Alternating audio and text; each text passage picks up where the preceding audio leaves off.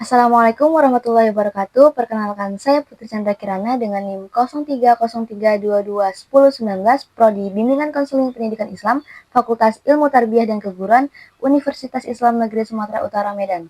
Nah, di sini saya akan menjelaskan satu artikel mengenai pencegahan dan pengobatan Obsessive Compulsive Disorder atau OCD, perspektif psikologi dan hukum Islam, di mana artikel ini ditulis oleh Ifima Isma Maula dan Alivia Rahma. Nah, teman-teman, di sini secara psikologis, Obsessive Compulsive Disorder atau OCD yaitu merupakan salah satu bentuk gangguan kecemasan atau anxiety disorder yang ditandai oleh adanya pikiran atau dorongan berulang yang tidak diinginkan. Ini biasanya dilakukan untuk meredakan kecemasan akibat obsesi tersebut. Menurut diagnostik Statistical Manual of Mental Disorder edisi kelima, individu dengan gangguan OCD mengalami pikiran-pikiran yang muncul secara berulang dan sulit dikendalikan sehingga menimbulkan ketegangan emosional yang mendorong mereka untuk melakukan tindakan tertentu secara terus-menerus.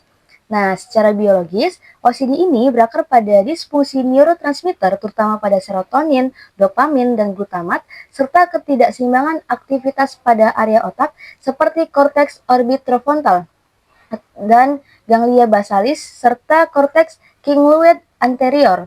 Dari sudut pandang biopsikologi, perilaku obsesif kompulsif ini dianggap sebagai hasil dari gangguan komunikasi antar bagian otak yang menyebabkan ketidakmampuan individu untuk menghentikan pikiran atau perilaku tertentu meskipun disadari sebagai tidak rasional.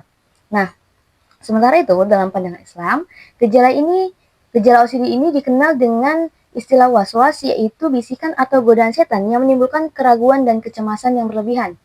Nah, Al-Quran telah menyebutkan tentang hal ini dalam surah An-Nas ayat 4-5 yang menjelaskan tentang setan yang membisikkan ke dalam dada manusia, serta pada surah Al-A'raf ayat 17 yang menggambarkan usaha setan menggoda manusia dari segala arah.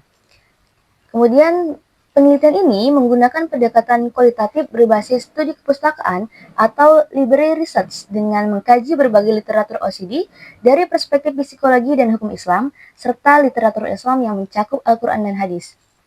Pendekatan ini juga dipilih untuk memungkinkan kajian yang mendalam dan komprehensif tentang integrasi metode pencegahan dan pengobatan OCD dari sudut pandang psikologi modern dan hukum Islam.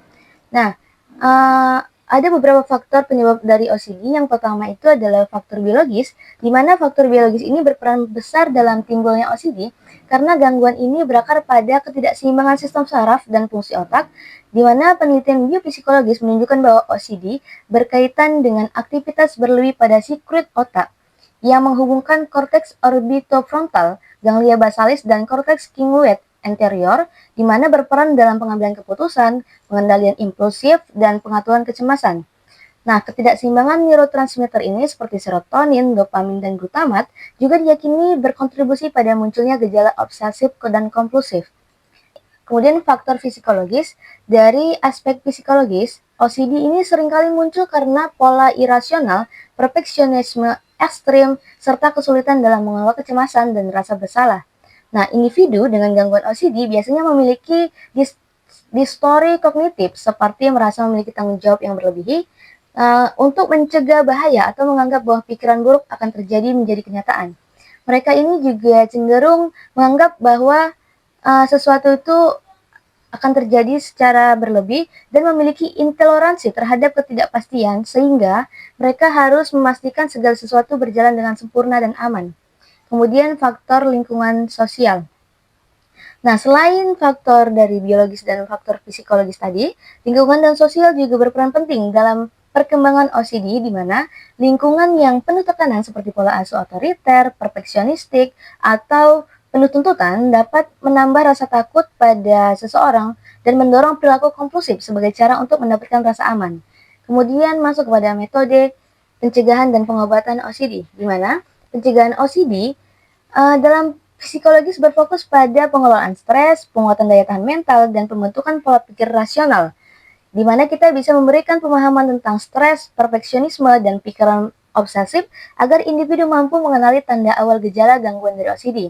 Kemudian juga pelatihan regulasi emosi mengajarkan individu cara mengelola kecemasan dan ketergantungan melalui teknik relaksasi, pernafasan, dan mindfulness. Kemudian juga lingkungan suportif, di mana dukungan keluarga dan sosial berperan dalam menurunkan resiko OCD karena stres interpersonal sering menjadi pemicu dari gejala OCD. Nah, pengobatannya itu biasanya terapi kognitif perilaku atau cognitive behavioral therapy. Fokus pada mengubah pola pikir irasional yang menimbulkan obsesi, di mana bentuk paling efektif adalah exposure and response preventive atau ERP, yaitu menghadapkan klien pada sumber kecemasan tanpa melakukan perilaku kompulsif. Nah, di sini cognitive behavioral therapy berhubungan erat antara emosi dan perilaku tersebut. Prinsip utama adalah bahwa pikiran irasional atau distori kognitif dapat menimbulkan emosi negatif atau perilaku maladaptif seperti kompulsif pada penderita OCD tersebut. Nah, melalui CBT ini, individu belajar mengidentifikasikan dan mengubah pola pikir yang salah, serta menghentikan perilaku kompulsif dan memperkuat kecemasan. Di mana exposure and response preventive ini adalah komponen yang paling efektif dan empiris dalam menyentuh benda atau hal-hal yang dianggap mereka salah. Kemudian, exposure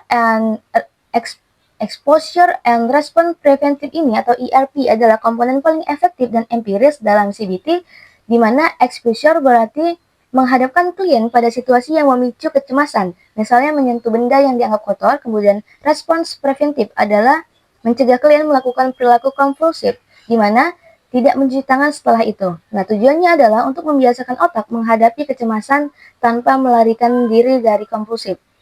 Kemudian, menurut pandangan Islam, pencegahan yang bisa dilakukan adalah menguatkan tauhid dan tawakal, di mana menanamkan keyakinan bahwa segala sesuatu yang terjadi atas kehendak Allah, sehingga tidak perlu berlebihan dalam mengendalikan hal-hal yang di luar kemampuan manusia. Kemudian juga bisa melakukan konseling Islami, di mana menggabungkan prinsip psikoterapi dengan nilai-nilai Islam seperti sabar, syukur, dan tawakal. Dan konselor juga membantu klien untuk memahami bahwa pikiran obsesif adalah sebuah ujian dan bukan suatu kesalahan. Nah, berdasarkan hasil penelitian dan pembahasan dapat disimpulkan bahwa OCD merupakan gangguan mental yang kompleks yang memerlukan pendekatan integratif antara psikologi modern dan psikologi Islam. Penelitian ini juga menunjukkan efektivitas adanya lebih tinggi, yakni 85% ketika menggabungkan terapi psikologi dengan pendekatan spiritual Islam dibanding dengan penggunaan terapi-terapi secara terpisah.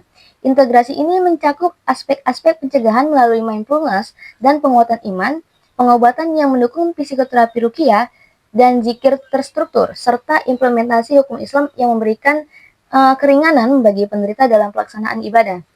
Temuan penting dalam studi ini adalah pengembangan protokol terapi interdisipliner yang mengkombinasikan sesi CBT individual, dukungan kelompok berbasis masjid, dan konseling keluarga. Sekian yang bisa saya sampaikan, kurang lebih mohon maaf. Wabillahi taufiq wal hidayah. Wassalamualaikum warahmatullahi wabarakatuh.